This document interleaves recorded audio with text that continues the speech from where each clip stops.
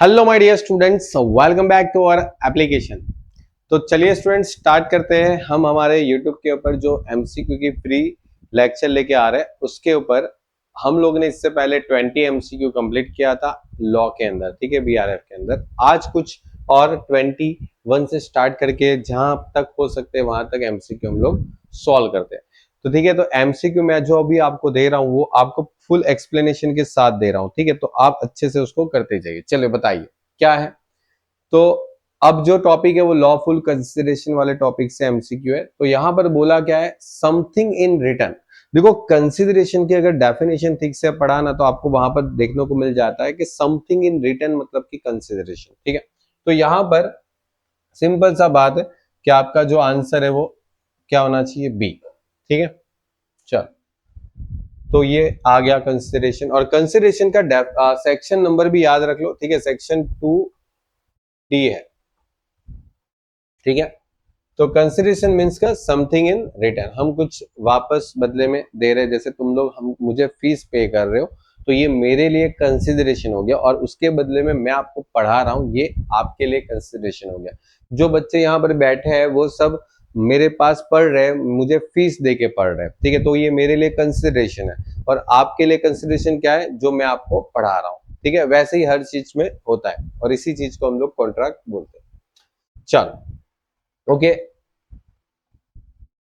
Consideration means consist of, okay, consideration का मतलब क्या, act only, promise only, abstains only और एक्ट, एब्सटेंस और प्रॉमिस, ये तीनों तीन वर्ड आएंगे, डी ऑप्शन आएगा।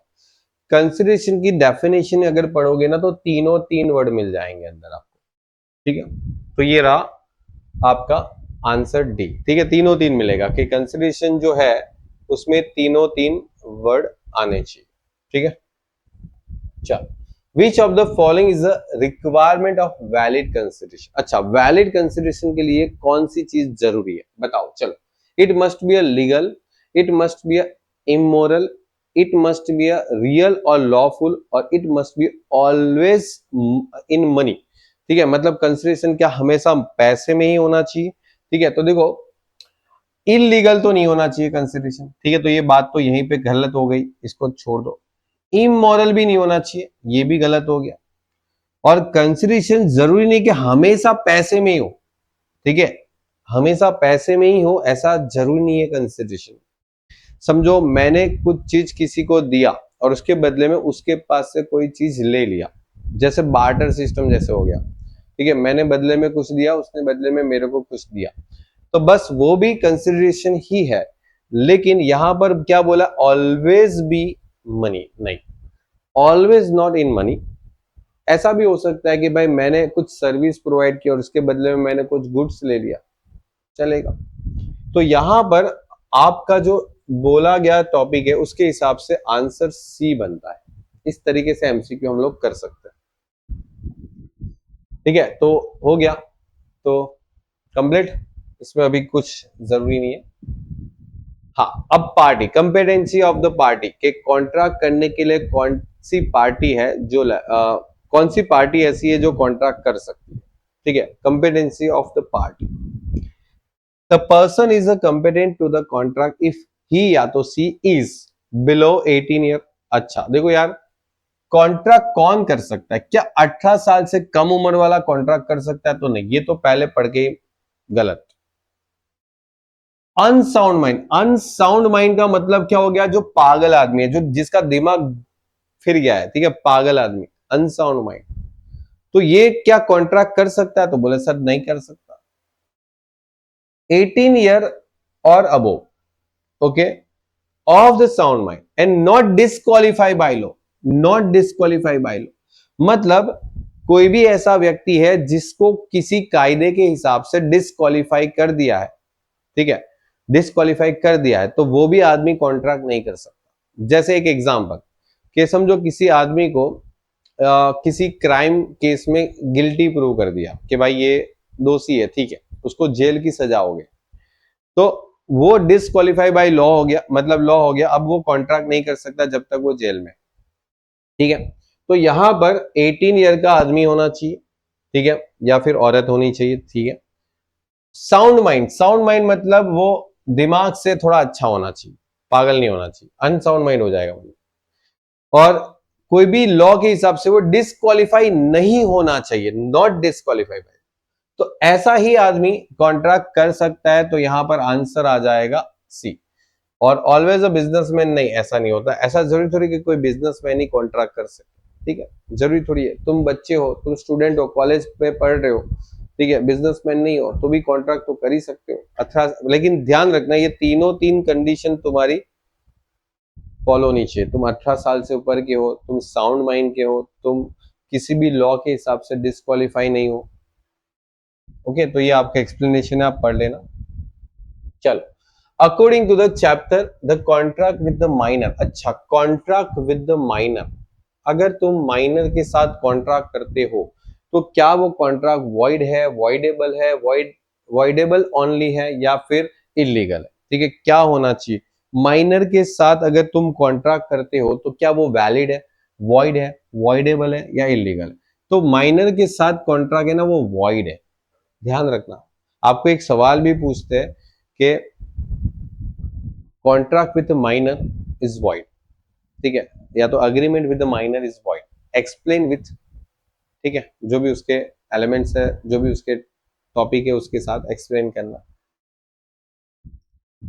चल, तो आ गया void. Okay, minor is not competent to the contract, minor के साथ कॉन्ट्रैक्ट नहीं कर सकते। Therefore the according to the provide material, okay, मतलब जो भी आपके पास मटेरियल है उसके हिसाब से अगर देखें तो contract with the minor are void, ठीक है, कॉन्ट्रैक्ट जो है माइनर के साथ करोगे तो वो वॉइड है।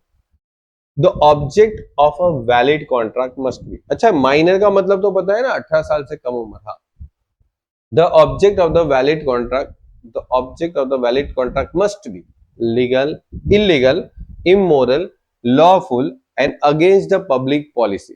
Object of the valid contract, valid contract का जो भी ऑब्जेक्ट होता है वो इलीगल चल सकता है तो नहीं चल सकता, गलत है। इमोरल चल सकता है, नहीं चल सकता। अगेंस्ट द पब्लिक पॉलिसी चल सकता है, नहीं चल सकता। तो लॉफुल होना चाहिए, सिंपल सी बात है, लॉफुल होना चाहिए। ऑब्जेक्ट जो भी है पूरे एमलो के अंदर, कोई भी ऑब्जेक्ट लॉफुल होना चाहिए। अनलॉफुल ऑब्जेक्ट के लिए कॉन्ट्रैक्ट क्यों करेंगे? चलो, तो लॉफुल होना चाहिए द ऑब्जेक्ट। ओके, ये आप एक्सप्लेनेशन है, उतना कुछ नहीं करना है इसमें। Okay, an agreement having an unlawful object. अच्छा, अब देखो अनलॉफुल ऑब्जेक्ट है, अनलॉफुल ऑब्जेक्ट का एग्रीमेंट, तो क्या वो वैलिड और एनफोर्सेबल है? तो नहीं, वैलिड और एनफोर्सेबल तो नहीं है, बिकॉज ऑब्जेक्ट ही unlawful. Void and unenforceable, okay रुक जाओ, always voidable, automatically a contract, देखो ये तो नहीं आना चाहिए। अब सोचो, दो ऑप्शन तो ऐसे ही निकल गए बेटा, दो ऑप्शन तो ऐसे ही निकल गए। अब दो ऑप्शन में सोचो, क्या वॉइड एंड अनएनफोर्सेबल है या ऑलवेज वॉइडेबल है? देखो क्या बोला, an agreement having unlawful object क्या होना चाहिए, वॉइड होना चाहिए और अनएनफोर्सेबल होना चाहिए। वो एनफोर्सेबल नहीं कर सकते ना। जैसे एक एग्जांपल, अपने गुजरात में दारू बेचना इलीगल है, तो अगर एक आदमी दूसरे आदमी के साथ अगर कोई कॉन्ट्रैक्ट करता है, ठीक है, ऐसे दारू बेचने का, तो वो कॉन्ट्रैक्ट, चलो एक आदमी ने ब्रीच कर दिया, मतलब दूसरे आदमी ने उसके ऊपर केस कर दिया, क्या वो चलेगा? क्या वो दूसरे आदमी से कोर्ट में जाके वो कॉन्ट्रैक्ट को एनफोर्सेबल करवा सकता है? नहीं करवा सकता, बिकॉज गुजरात में दारू बेचना इलीगल है। तो यहां पर बात वही होगी ना कि आपका जो ऑब्जेक्ट है ना वो अनलॉफुल है, तो अनलॉफुल ऑब्जेक्ट का जो भी है वो वॉइड हो जाएगा और अनएनफोर्सेबल हो जाएगा। एनफोर्सेबल नहीं करवा सकते, क्यों करवा सकते, कैसे करवा सकते? भाई देखो, हम लोग इतनी मेहनत कर रहे हैं आप लोग के लिए, ठीक है, फिर भी कई बार ऐसा होता है कि बहुत बार स्टूडेंट्स, मैंने देखा है अभी पिछले कुछ महीनों में, तो बहुत बार मैंने देखा कि इतना सब कुछ आपके लिए प्रोवाइड करते हैं, फिर भी स्टूडेंट अच्छे से पढ़ते नहीं है। और इवन कुछ स्टूडेंट तो ऐसे होते हैं कि इतना पढ़ाने के बाद चैनल को सब्सक्राइब भी नहीं करते। उनको ऐसा लगता है कि हम इनको क्यों सब्सक्राइब करें। भाई देखो, मुझे सब्सक्राइब करो ना करो, ऐसा कुछ नहीं है कि मैं सब्सक्राइब करोगे तो ही मैं पढ़ाऊंगा या नहीं सब्सक्राइब करोगे तो मैं नहीं पढ़ाऊंगा। मुझे मेरा काम करना है, लेकिन एटलीस्ट जो आपकी तरफ से जो भी हो सकता है सपोर्ट, वो तो आपको करना चाहिए, ठीक है। वो हम अपने हिसाब से जितना कर पा रहे हैं, ठीक है, इवन पेड कोर्स में कर रहे हैं, इवन फ्री कोर्स में कर रहे हैं, जो भी कर रहे हैं वो कर रहे हैं, ठीक है। अब ऐसा भी तो नहीं है कि हम लोग सब कुछ फ्री प्रोवाइड कर सके, क्योंकि सिंपल सी बात है, ये सब कुछ बनाने में, ये सब कुछ वीडियो एडिट करने में, वो वहां पर भी मतलब एम्प्लॉय लगते हैं, वहां पर भी मतलब लेबर कॉस्ट लगती है, ठीक है। तो इस वजह से थोड़ा बहुत हम लोग पेड में भी पढ़ाते हैं। तो कुछ लोग होते हैं जो उस चीज से पता नहीं क्या डिसएग्री होते हैं, और ठीक है, वो अपनी अपनी बात लेके जिंदगी में पता नहीं कहां तक जाएंगे। चलो आगे बढ़े, हम 28 नंबर पे आते हैं। For an agreement to become a valid contract, okay, एक एग्रीमेंट वैलिड कॉन्ट्रैक्ट बन जाएगा, ठीक है, बन जाएगा, बनने दो। द पार्टी मस्ट हैव, अच्छा कब बनेगा? तो क्या वो फ्रेंडशिप होनी चाहिए? नहीं भाई, ऐसा थोड़ी होता है। फैमिली रिलेशन होना चाहिए? नहीं भाई, जरूरी नहीं है। Intention to create legal obligation, और ओके, इक्वल वेल भी नहीं होना चाहिए। तो मतलब बहुत सिंपल एग्जांपल, बहुत सिंपल, कि कोई आदमी कॉन्ट्रैक्ट कर रहा है, ठीक है, अग्रीमेंट कर रहा है, वो अग्रीमेंट वैलिड कॉन्ट्रैक्ट बनेगा, तब पार्टी मस्ट, क्या वो फ्रेंडशिप में होना चाहिए, क्या फैमिली रिलेशन होना चाहिए, क्या इक्वल वेल्थ होनी चाहिए? नहीं, जरूरी नहीं है। सिर्फ एक चीज की जरूरत है, intention to create legal obligation, ठीक है, हाँ, intention to create legal obligation, ठीक है। तो ये आपके पास यहां पर सब लिखा है। Which of the following is a generally not not a contract, okay, कौन सा कॉन्ट्रैक्ट नहीं है? Okay, sales of goods, employment agreement, और ओके एक से, हाँ, employment agreement, husband promise to buy a necklace to his wife, नहीं, ये तो कॉन्ट्रैक्ट नहीं है, मैंने अभी पहले समझाया था पहले वाले लेक्चर में। बिजनेस ट्रांजेक्शन, क्या बिजनेस ट्रांजेक्शन होना चाहिए? ठीक है। अच्छा, कौन सा कॉन्ट्रैक्ट नहीं है, वही पूछा है, कौन सा कॉन्ट्रैक्ट नहीं है? हाँ, तो बस वही आ गया ना, सी वाला, ये कॉन्ट्रैक्ट नहीं है, क्योंकि सेल्स ऑफ गुड्स ये तो कॉन्ट्रैक्ट है, एम्प्लॉयमेंट एग्रीमेंट ये भी कॉन्ट्रैक्ट है, बिजनेस ट्रांजेक्शन वो भी कॉन्ट्रैक्ट। जैसे एक एग्जांपल, मैं कुछ मार्केट से जाके कुछ खरीद रहा हूँ, ठीक है, जैसे मैंने समझो ये कैमरा खरीदा, तो ये क्या है? मेरा सेल, मतलब सामने वाले ने बेचा, मैंने खरीदा, सेल्स ऑफ गुड्स हो गया। एम्प्लॉयमेंट एग्रीमेंट, जैसे अपने यहाँ पर एक आदमी बैठा है, ठीक है, वो वीडियो एडिट वगैरह करता है, सब वो काम करता है, उसको मैं सैलरी दे रहा हूँ, एम्प्लॉयमेंट, ठीक है, तो उसको हर महीने समझो हम जो 10,000 रुपए दे रहे हैं, वो सैलरी है उसकी, वो टाइप करता है, काम करता है अपने पास, हो गया, तो वो एम्प्लॉयमेंट एग्रीमेंट हो गया, वो भी कॉन्ट्रैक्ट है, हाँ है कॉन्ट्रैक्ट। बिजनेस ट्रांजेक्शन कुछ हो गया तो भी कॉन्ट्रैक्ट है, हाँ है। तो या ये कॉन्ट्रैक्ट है? नहीं, ये कॉन्ट्रैक्ट नहीं है, ये डोमेस्टिक अग्रीमेंट हो गया, ठीक है, और डोमेस्टिक अग्रीमेंट हम एनफोर्सेबल नहीं करवा सकते, ठीक है, देखो लिखा भी होगा यहाँ पर, ये रहा, डोमेस्टिक अग्रीमेंट हो गया, okay, not create a legal obligation या legal relationship, okay, domestic agreement जो है वो हम कोर्ट में एनफोर्स नहीं करवा सकते। चलो, बिजनेस और commercial agreement are generally presume to have, okay, no legal intention, social intention and domestic. देखो यार, बिजनेस और कॉमर्शियल एग्रीमेंट जो होता है उसमें एक सिंपल सी बात है, क्या होना चाहिए? लीगल इंटेंशन होना चाहिए, ठीक है, लीगल इंटेंशन होना चाहिए, ठीक है, क्लियर है।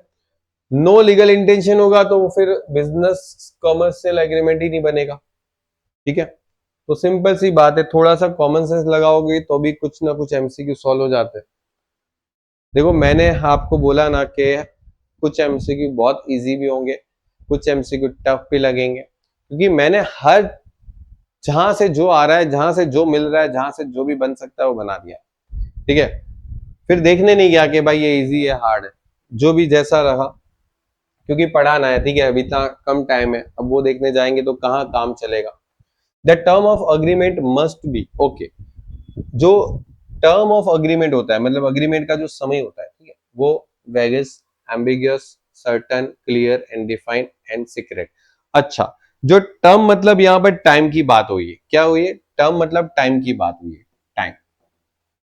तो जो अग्रीमेंट का टाइम होता है वो क्या होना चाहिए? सर्टन होना चाहिए, क्लियर होना चाहिए और डिफाइन होना चाहिए, सॉरी डिफाइन, हाँ भाई, डिफाइन होना चाहिए, ओके। चलो, तो ये आपका एक्सप्लेनेशन हो गया। चलो, ये आपका हो गया।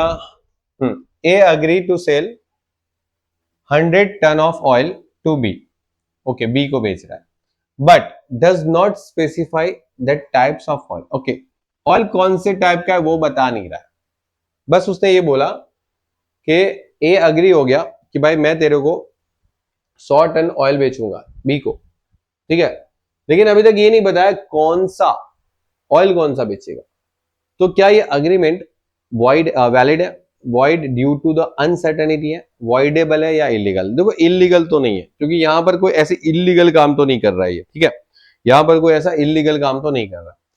वैलिड तो बिल्कुल नहीं है, तो ये दोनों तो वैसे भी कट हो गए। वॉइडेबल नहीं होगा तो मतलब सिंपल सी बात है, वॉइड ड्यू टू अनसर्टेनिटी, क्योंकि यहां पर सर्टन नहीं है ना, यहां पर क्या नहीं है, सर्टेनिटी नहीं है, क्योंकि कौन सा टाइप्स ऑफ ऑयल जो है ना वो मिसिंग है। कौन सा ऑयल भाई, बहुत सारे ऑयल आते हैं, ठीक है, समझो दुकान वाले के पास 5-6 प्रकार के ऑयल है, कौन सा वाला, तो यहां पर अनसर्टेनिटी है, ठीक है, जो प्रोडक्ट है वो नहीं है, पता पता नहीं कौन सी प्रोडक्ट बेचने की बोल, ठीक है, ये आपका हो गया। चल, agreement to perform an impossible act, अच्छा इम्पॉसिबल एक्ट को परफॉर्म कर सकते हैं, जैसे मैं अगर बोलूं कि मैं मैजिक से अगर बारिश करवा दूं तो क्या तुम मुझे 500 रुपए दोगे? बोलो बात पक्की, तुम बोलोगे हाँ सर करवाओ, बारिश करवाओ मैजिक से, मैं आपको 500 रुपए दूंगा, ये अग्रीमेंट हो गया। अब क्या ये परफॉर्म करना पॉसिबल है? अगर मैं नहीं कर पाया तो तुम क्या मेरे पे केस कर दोगे कि सर ने तो बोला था मैजिक से बारिश करवा देंगे, अब नहीं करवा पा रहे, चलो सर के पर केस ठोक देते हैं, ठीक है, कि नहीं किया एग्रीमेंट, ऐसा नहीं होता ना। हाँ, तो फिर क्या हो जाएगा, ये क्या हो जाएगा, वैलिड होगा, वॉइड होगा, वॉइडेबल होगा या एनफोर्सेबल? देखो एनफोर्सेबल तो कभी नहीं होगा, क्योंकि वो इम्पॉसिबल है, वो आदमी परफॉर्म ही नहीं कर पाएगा। इम्पॉसिबल किसको बोलते हैं, वो आदमी परफॉर्म ही नहीं कर पाएगा, ठीक है, तो वैलिड भी नहीं होगा, ठीक है, क्या वैलिड होगा? क्या तुम कोर्ट में जाके मेरे पे केस कर सकते हो कि सर ने बोला था बारिश करवाने का? नहीं, वॉइड हो जाएगा, ठीक है, क्या हो जाएगा, वॉइड हो जाएगा। अब देखो ये सब चीज अगर आपको मालूम नहीं है कि वॉइड, वैलिड, एनफोर्सेबल क्या है, तो उसके लिए तो फिर डिटेल में पढ़ना पड़ेगा ना। मैं वही तो बोल रहा हूँ, बहुत सारे स्टूडेंट मेरे पास एमलो के इंपोर्टेंट क्वेश्चन मांग रहे, बोले सर एमलो के इंपोर्टेंस दे दो, चलो दे दिया एमलो के इंपोर्टेंस, मैं थोड़े टाइम में दे भी दूंगा आपको। तो फिर भी अगर तुमको ये वॉइड, वॉइडेबल, वैलिड ये सब नहीं पता, और ये सब चीज पढ़ना पड़ेगा, ये भले इंपोर्टेंट में नहीं आता, लेकिन जब तुम लॉन्ग क्वेश्चन लिखते हो तो उसमें ये बार बार वर्ड आते जाएंगे। अब तुमको ये मालूम नहीं है, तुम एमलो लिख के आते हो, फिर कैसे लिख के आओगे, फिर ये सब वर्ड तुम्हारे गायब होंगे, तुम्हारे मतलब जो रिटर्न है लॉन्ग क्वेश्चन है उसमें, और फिर तुम ही स्टूडेंट्स बोलोगे कि सर हमको फेल कर देते। तो सिंपल सी बात है, लॉ में तुम लॉफुल वर्ड ही नहीं लिखोगे तो फिर कैसे तुमको पास करेंगे? मेरे पास एक लड़का है जिसने लॉ के अंदर 47-48 मार्क्स स्कोर किया है, बोले 50 में से, ठीक है, तो ऐसा नहीं है, होता है, लेकिन आप अच्छे से पढ़ोगे, अच्छे से समझोगे तो काम हो जाएगा। सिर्फ इंपोर्टेंट के पीछे भागते रहोगे ना तो फिर वो तो मार्क्स मुश्किल है 18 भी लाना। अभी भी यही होगा, देखो 10 मार्क के एमसीक्यू आने वाले आपके एग्जाम में, बात समझ में आती है, चलो आती है, लेकिन फिर भी ऐसे स्टूडेंट मिलेंगे जिसका 10 में से 10 एमसीक्यू भी राइट नहीं होने वाला। और इवन ये बात मैंने 2000 मतलब कुछ 2024 में पहले 15 एमसीक्यू आते थे एम लॉग, मतलब सभी सब्जेक्ट के अंदर, फिर भी बहुत सारे ऐसे स्टूडेंट मिले हैं जो 15 एमसीक्यू के अंदर भी जब एग्जाम देके आते थे लॉ की तो 5 मार्क्स या 7 मार्क्स आते। सोचो 15 एमसीक्यू थे उनको उस टाइम पे, तब भी। अब अभी 10 एमसीक्यू आ रहे तो भी मतलब बहुत लोग खुश हो जा रहे हैं कि भाई एमसीक्यू आने वाले, पास हो जाएंगे। अरे पढ़ोगे नहीं ना तो एमसीक्यू भी किसी काम का नहीं है। तुमको यही नहीं मालूम भाई ये इम्पॉसिबल में अभी क्या लगा है, तो क्या करोगे? वो तब मालूम पड़ेगा ना जब पढ़ा होगा। अब पढ़ा होगा तो भी काम नहीं चलेगा, समझा होगा, ठीक है। अब समझने के लिए तो किसी की जरूरत पड़ेगी, ठीक है, तो कॉलेज के लेक्चर अटेंड करो, बेचारे कॉलेज वाले सर इतना पढ़ाते हैं आपको, ठीक है। तो परफॉर्मेंस मस्ट बी इम्पॉसिबल, अगर तुम्हारे परफॉर्मेंस अगर पॉसिबल है, ठीक है, परफॉर्मेंस मस्ट बी पॉसिबल, अगर परफॉर्मेंस पॉसिबल है तो उसको परफॉर्म करना, ओके, हाँ, performance is impossible, if the performance is impossible the agreement is void, okay. जैसे एग्जांपल है यही जो मैंने अभी आपको बोला, मैंने अभी आपको बोला ना कि मैंने मैजिक से बारिश गिराने का आपको बोला और आप मान लिए, ठीक है, चलो ठीक है। अ लीगल फॉर्मेलिटी, ओके। अब देखो जो टॉपिक है वो लीगल फॉर्मेलिटी वाला टॉपिक है, जिसमें बोला गया है कि generally Indian contract law require every contract to be अच्छा, हर कॉन्ट्रैक्ट जो होता है हमारे इंडियन कॉन्ट्रैक्ट एक्ट के हिसाब से वो क्या होना चाहिए? क्या रिटर्न में होना चाहिए? क्या रिटर्न में होना चाहिए? क्या वो रजिस्टर्ड होना चाहिए? क्या वो स्टैंपेड होना चाहिए? या none of the above in every case? Okay, क्या होना चाहिए बोलो, आपको क्या लगता है? देखो, लॉ के अंदर कहीं पर भी ऐसा नहीं लिखा है कि तुम्हारा जो कॉन्ट्रैक्ट है ना वो रिटर्न में ही होना चाहिए, रजिस्टर्ड ही होना चाहिए, स्टैंपेड भी होना चाहिए। ऐसा कहीं लिखा नहीं है, अपने इंडियन कॉन्ट्रैक्ट एक्ट में तो नहीं लिखा।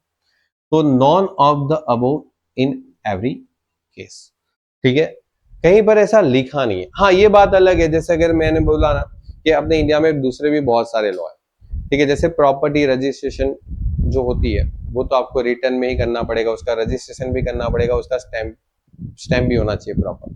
लेकिन हम बात करें Indian law, Indian contract law, तो इंडियन कॉन्ट्रैक्ट लॉ में बहुत सारे ऐसे भी एग्रीमेंट होते हैं जो ओरल होते हैं, जरूरी नहीं कि वो रिटर्न ही हो। कुछ एग्रीमेंट ऐसे भी होते हैं जो रजिस्टर करवाने की जरूरत नहीं है, जिसको स्टैम्प करवाने की जरूरत नहीं है। जैसे तुम लोग यहाँ पर सब पढ़ने आए हो, ठीक है, तुम बच्चे जो यहाँ पर पढ़ने आए हो, तो क्या वो मेरे से एग्रीमेंट रिटर्न में लिया है? ठीक है, क्या मेरे से जो रिटर्न में आपने कुछ किया हो तो वो रजिस्टर्ड करवाया होगा कोर्ट में, कहीं पर भी नोटरी करवाया होगा? ऐसा कुछ नहीं ना। तो स्टैम्प, क्या स्टैम्प पेपर पे मैंने लिख के दिया था? कुछ नहीं ना। तो फिर सोचा करो, जरूरी नहीं है कि इंडियन लॉ, हाँ कुछ लॉ के हिसाब से कुछ कंपलसरी हो सकता है। चल आगे बढ़े। Which of the following may be require as a legal formality of the certain contract? Okay, कुछ कॉन्ट्रैक्ट के हिसाब से कुछ लीगल फॉर्मेलिटी जरूरी है, जिसमें रिटर्न, रजिस्ट्रेशन और स्टैंपिंग सब होना चाहिए। यस सर, होना चाहिए, सब होना चाहिए, ठीक है, सब होना चाहिए। देखो, कुछ कॉन्ट्रैक्ट के हिसाब से देखे जाए तो आपको रिटर्न भी करना पड़ेगा, उसका रजिस्ट्रेशन भी करना पड़ेगा और उसका स्टैंप, प्रॉपर स्टैंप पेपर भी काम लगाना पड़ेगा। Which statement is wrong? अच्छा, कौन सा स्टेटमेंट गलत है? All contract are agreement, all agreement are contract, ये तो वापस आ गया ना। ओके, वापस आ गया।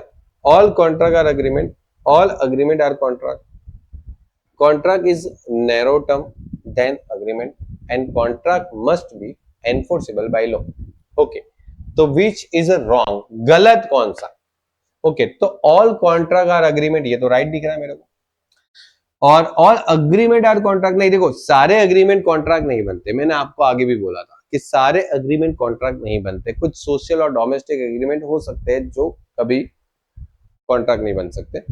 तो ये तो गलत है, और वहां पर रॉन्ग ही पूछा है, तो मेरे ख्याल से आंसर बी आना चाहिए, क्योंकि contract is a narrow term, ये भी हम लोगों ने आगे पढ़ लिया था, contract is a narrow term then agreement and contract must be enforceable by law, ये भी राइट है, ये भी राइट है, तो वो रॉन्ग है, ये रहा। Okay, which one is a correctly match? हाँ, ऐसा भी क्वेश्चन आ सकता है कि सेक्शन के साथ मैच करने का पूछे। देखो, मैंने आपको बोला ना, मैंने हर एक टाइप के एमसीक्यू बना दिए, अब उसमें से जो पूछे, कुछ भी पूछे, एटलीस्ट मुझे लगता है कि यार मैं यहाँ पर 100 200 300 एमसीक्यू आपको करवा दूंगा, तो एटलीस्ट वहां से आप 10 एमसीक्यू तो ठीक से समझ ही लोगे। ऐसा नहीं बोल रहा हूं कि भाई इसमें से सीधा सीधा कुछ पूछ ले, ठीक है, क्योंकि एमसीक्यू है, एमसीक्यू में कभी आप अंदाजा नहीं लगा सकते हो क्या पूछेंगे क्या नहीं पूछेंगे, ठीक है, क्योंकि यार मैं बोल रहा हूं ना कि एक पैराग्राफ से 2 एमसीक्यू बन सकते हैं, 3 एमसीक्यू बना सकते हैं, कोई कितना भी बना ले, कुछ अंडरस्टैंडिंग के हिसाब से तो कितना भी बना सकते हैं, ठीक है। तो which one is a correctly match, कौन सा सही सही मैच है? तो देखो यार, ये मेरे को सही लग रहा है कि अग्रीमेंट में ई आता है, ऐसा हम लोगों ने पढ़ा था ना। ओके, तो यही चीज है, और बाकी तो गलत है, क्योंकि एच में तो क्या होता है, एच में क्या होता है, एच में क्या होता है, यहां पर एच है ना, वहां पर क्या होता है, कॉन्ट्रैक्ट होता है, और ये तो है essential elements of valid contract, ठीक है, तो ये essential elements of valid contract हो गया।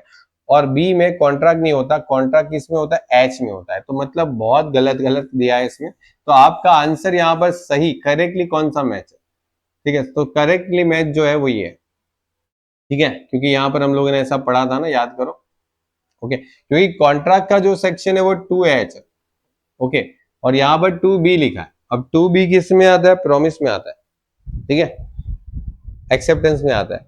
और यहाँ पर एच है, एच मतलब कि कॉन्ट्रैक्ट में आता है, और कंसिडरेशन है, कंसिडरेशन का 2D है, कंसिडरेशन का क्या सेक्शन है, कंसिडरेशन का 2D है, और प्रॉमिस का क्या है 2B, और ये सेक्शन 10 है, सेक्शन 10 मतलब essential elements of valid contract. ठीक है, तो ऐसे पूरा मुंह पे होना चाहिए आपके सेक्शन नंबर, एटलीस्ट इतने तो होने ही चाहिए। मुझे लगता है यहाँ से एक आध एमसीक्यू पूछ ले तो कोई गलत बात नहीं है, क्योंकि ये सब बेसिक सेक्शन जो है, जो आप पूरा लॉ जब लास्ट तक पढ़ते हो ना, पूरा लॉ लास्ट तक, वो सेल्स ऑफ गुड्स एक्ट तक, वहां पर ये सब टर्म जो है ना वो बहुत इंपॉर्टेंट है, तो इसलिए मैं ये आपको बोल रहा हूँ। चलो आगे बढ़ते हैं। हाँ ये तो हो गया, ये देखो मैंने लिखा भी है सब। बी मतलब प्रॉमिस हो गया, ई मतलब अग्रीमेंट हो गया, एच मतलब कॉन्ट्रा हो गया, और चलो विच of the following is not essential elements of discuss for the valid contract. Okay, not essential elements, कौन सा एसेंशियल एलिमेंट्स नहीं है ओके वैलिड कॉन्ट्रैक्ट के लिए, ठीक है।